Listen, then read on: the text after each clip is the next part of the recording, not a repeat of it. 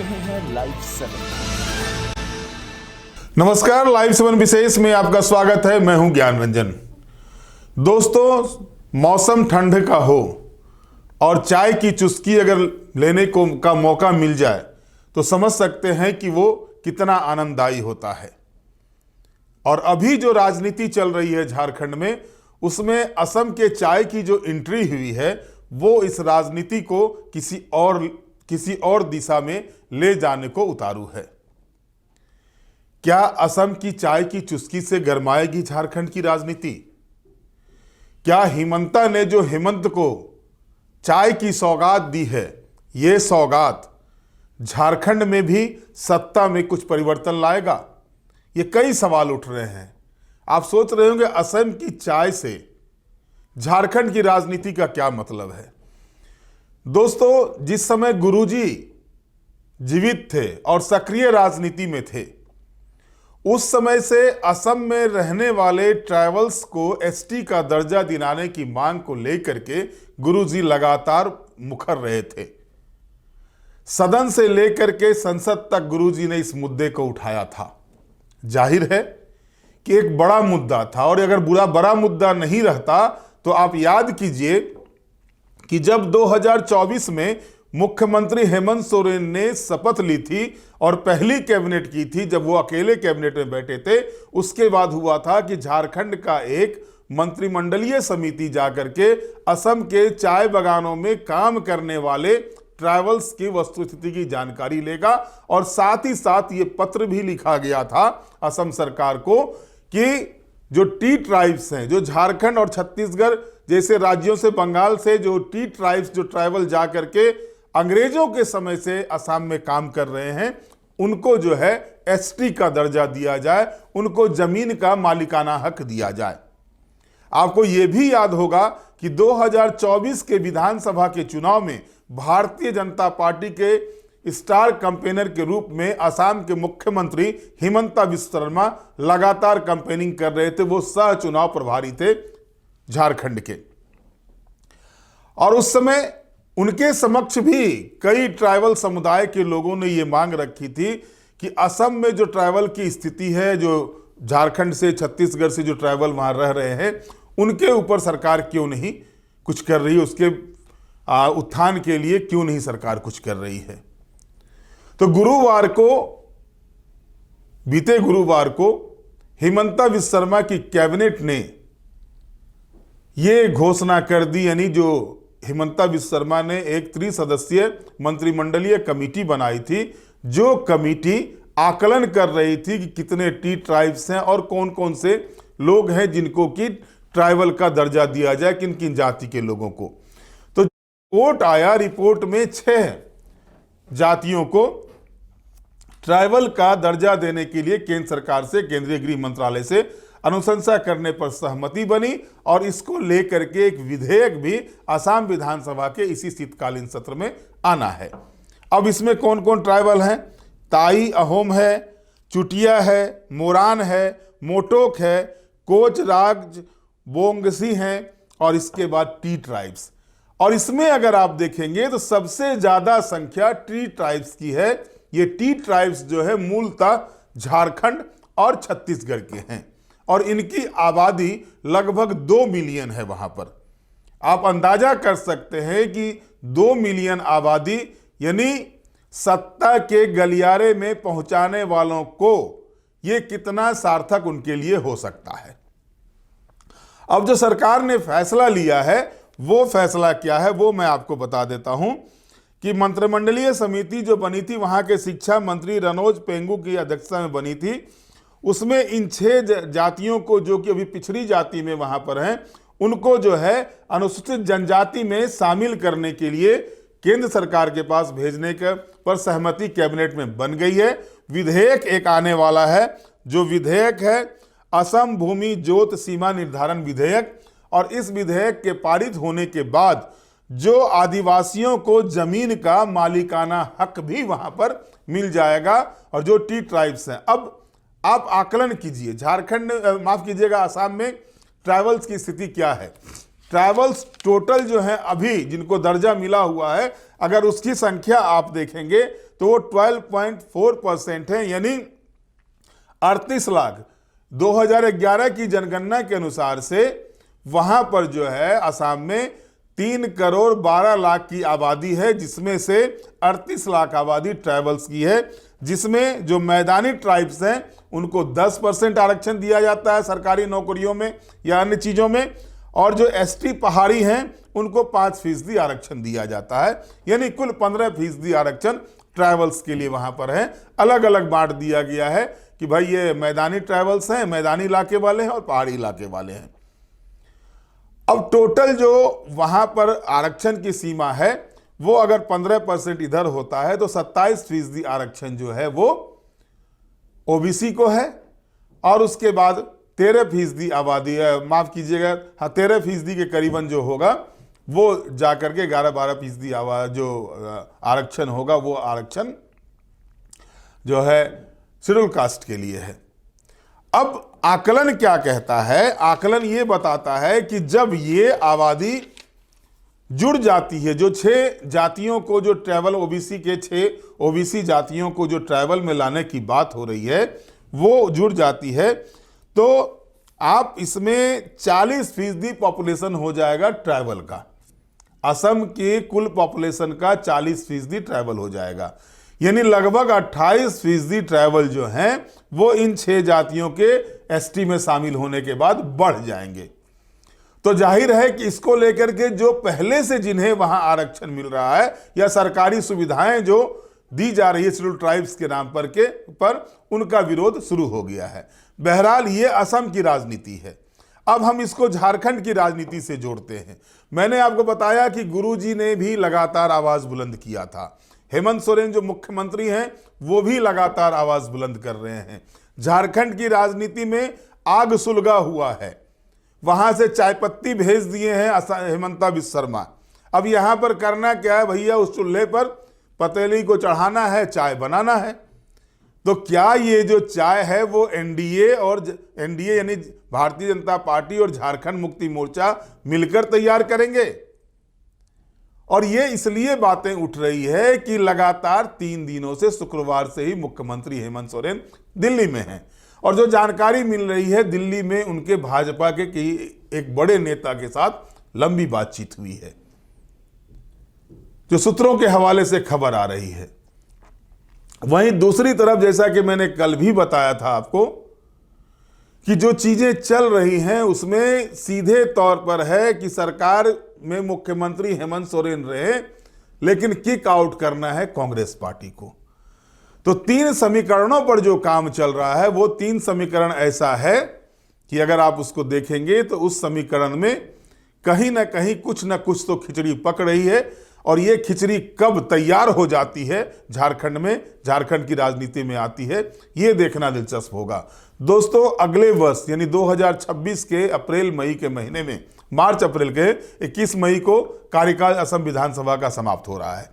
इससे पहले ये कार्ड खेला गया है। आप समझ सकते हैं कि 27% आबादी जो लगातार ये डिमांड कर रही थी, तो अगर उसके फायदे मिल जाते हैं, क्योंकि आपको यह भी याद रखना होगा कि जिस समय भारतीय जनता पार्टी विपक्ष में थी असम में और कांग्रेस पार्टी की सरकार वहां थी, तो टी ट्राइब्स का मामला लगातार उसके द्वारा भी उछाला जा रहा था।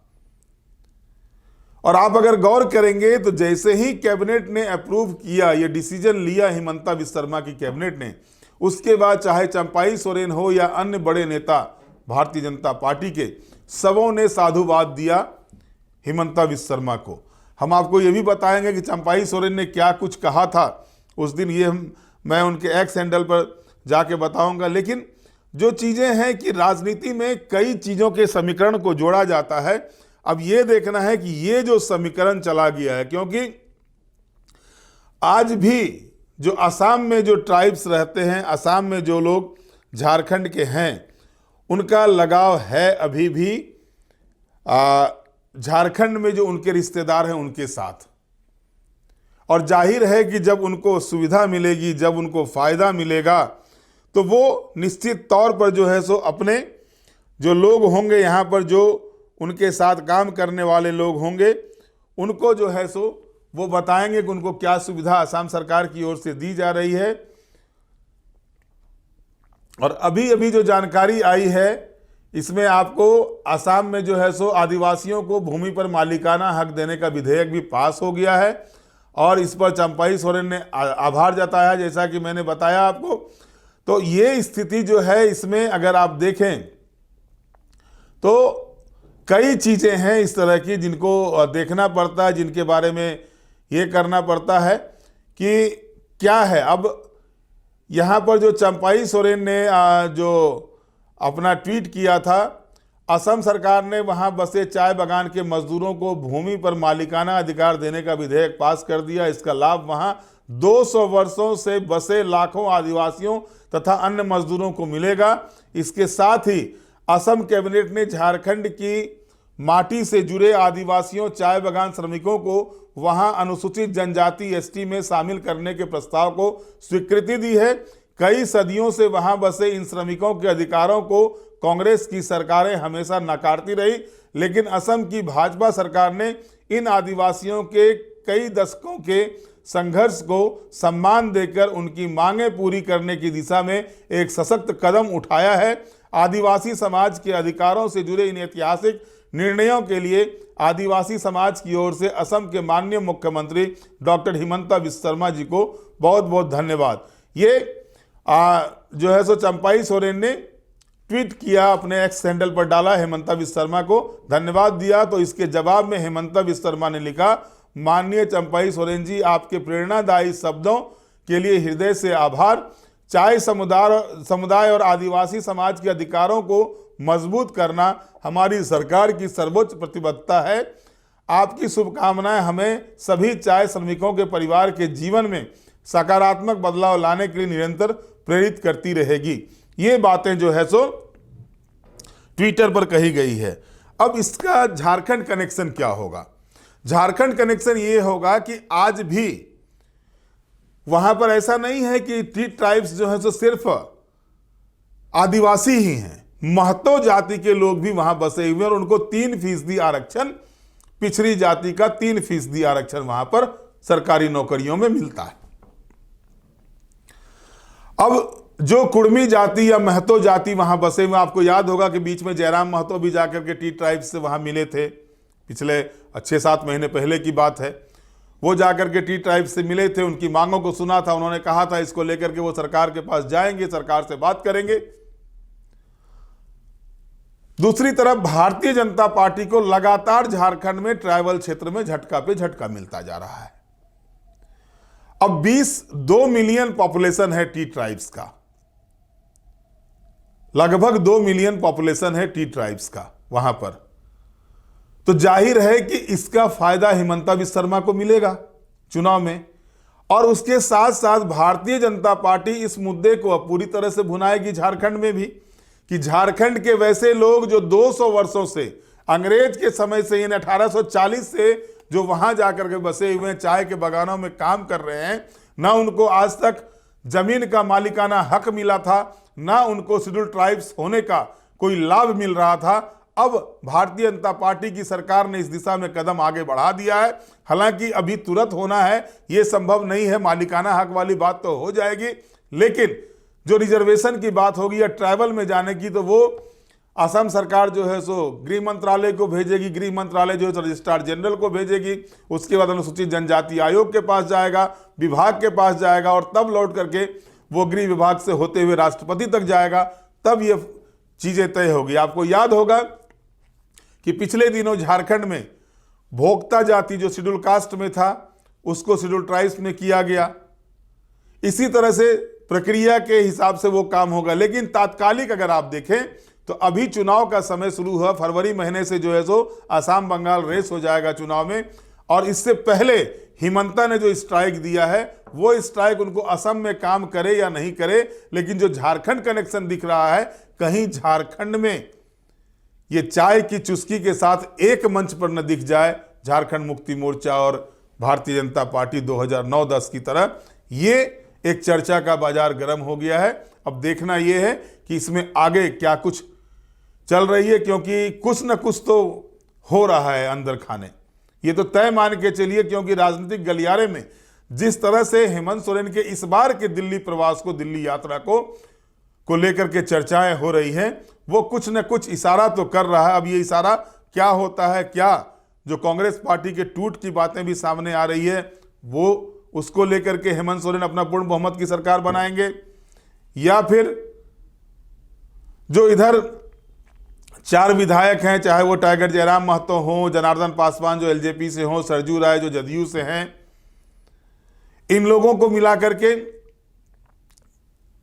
इनको मिला करके, क्योंकि 42 का आंकड़ा चाहिए, 34 इनके पास है, 2 लेफ्ट का है, और इसके बाद जो है सो 4 इधर हो जाते हैं, तो 40 तो इसे पुर जा रहा है। 2-3 विधायकों का जो कमी है, इसको वो कैसे पूरा करेंगे, क्योंकि अगर कांग्रेस और आरजेडी को छोड़ करके हेमंत सोरेन सरकार बनाने की मुहिम में है, तो ये तय मान के चलिए कि सत्ता के साथ सटे रहने के लिए, जो आरजेडी कभी टूटा नहीं था झारखंड में सत्ता के लिए, उस पर भी प्रहार हो सकता है, वो भी टूट सकता है, और उसको तोड़ना हेमंत सोरेन के लिए आसान है, क्योंकि 4 विधायक हैं, 3 भी टूट जाएंगे तो वो दल बदल वाला मामला नहीं चलेगा। कांग्रेस को तोड़ने के लिए कम से कम 12 विधायक चाहिए दल बदल के हिसाब से, 16 विधायक हैं उनके पास। लेकिन जो जानकारी मिल रही है, गणित तो चल रहा है। अब ये a+b² होता है कि a² - b² वाला सीन बनता है, ये तो देखना अलग बात है। a² - b² वाला जी बात मैं कह रहा हूं, तो वो जो है सो भाजपा के साथ है, इसको लेकर के आगे चलेंगे, या a+b² यानी कांग्रेस आरजेडी को गोल कर देने की बात हो रही है, इस पर काम होगा। ये कई चीजें लगातार अभी झारखंड की राजनीति में चल रही है। अब इस चाय की सौगात जो हिमंता विश्व शर्मा की है, वो यहाँ पर चाय जो है सो पूरे रंग में आता है या नहीं आता है, ये देखना होगा। इस सर्दी में इस चाय का असर क्या होता है झारखंड की राजनीति में, ये देखना दिलचस्प होगा। बहरहाल आज के विशेष में इतना ही। आप हमारे साथ जुड़े रहें, हमें लाइक करें, सब्सक्राइब करें। बहुत बहुत धन्यवाद। नमस्कार।